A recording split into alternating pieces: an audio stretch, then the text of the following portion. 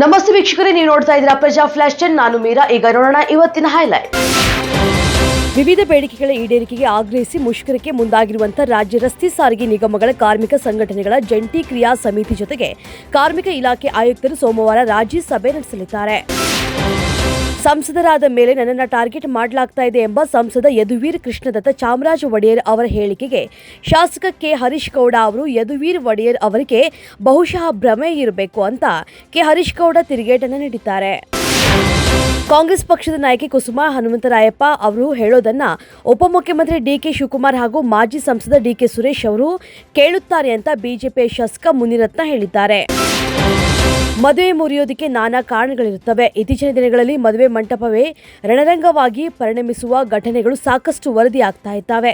ಉತ್ತರ ಪ್ರದೇಶದ ಚಂದೌಲಿ ಜಿಲ್ಲೆಯ ಹಮೀದ್ಪುರ ಎಂಬ ಹಳ್ಳಿಯಲ್ಲಿ ಬಿಸಿ ಬಿಸಿ ರೋಟಿ ಬಡಿಸೋದಕ್ಕೆ ತಡ ಮಾಡಿದ್ದಕ್ಕೆ ಕೋಪಗೊಂಡ ವರ ಮದುವೆಯನ್ನೇ ಮುರಿದುಕೊಂಡಿದ್ದಾನೆ.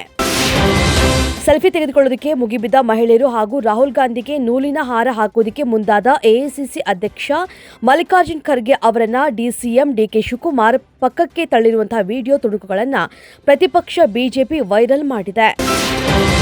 ಅಶ್ಲೀಲ ಪದ ಪ್ರಯೋಗ ಪ್ರಕರಣ ಸಂಬಂಧ ಬೆಳಗಾವಿಯ ಸುವರ್ಣ ವಿಧಾನಸೌಧದಲ್ಲಿ ಡಿಸೆಂಬರ್ 19ರಂದು ಪರಿಷತ್ ಸದಸ್ಯ ಸಿಟಿ ರವಿ ಬಂಧನ ಪ್ರಕರಣದ ಬಗ್ಗೆ ಬಿಜೆಪಿ ನಿಯೋಗ ನೀಡಿದ ದೂರಿನ ಬೆನ್ನಲ್ಲೇ ರಾಜ್ಯಪಾಲ ಥಾವರ್ ಚಂದ್ ಗೆಹ್ಲೋಟ್ ಅವರು ಕೂಡ ಅಖಾಡಕ್ಕೆ ಇಳಿದಿದ್ದು ಘಟನೆಯ ಬಗ್ಗೆ ಮಾಹಿತಿ ನೀಡುವುದಕ್ಕೆ ಬರುವಂತೆ ಸಿಟಿ ರವಿ ಅವರಿಗೆ ಬುಲಾವ್ ನೀಡಿದ್ದಾರೆ.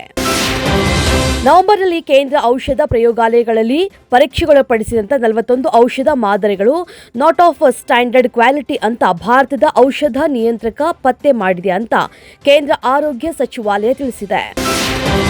ಮಾಜಿ ಪ್ರಧಾನಿ ಮನಮೋಹನ್ ಸಿಂಗ್ ಅವರ ಅಂತ್ಯಕ್ರಿಯೆಯನ್ನು ಡಿಸೆಂಬರ್ 28 ಅಂದರೆ ಶನಿವಾರ ಬೆಳಗ್ಗೆ 11:45ಕ್ಕೆ ದೆಹಲಿಯ ನಿಗಮ ಬೋಧ ಘಾಟ್ನಲ್ಲಿ ಮಿಲಿಟರಿ ಗೌರವಗಳೊಂದಿಗೆ ನೆರವೇರಿಸಲಾಗುವುದು ಅಂತ ಕೇಂದ್ರ ಗೃಹ ಸಚಿವಾಲಯ ತಿಳಿಸಿತ್ತು.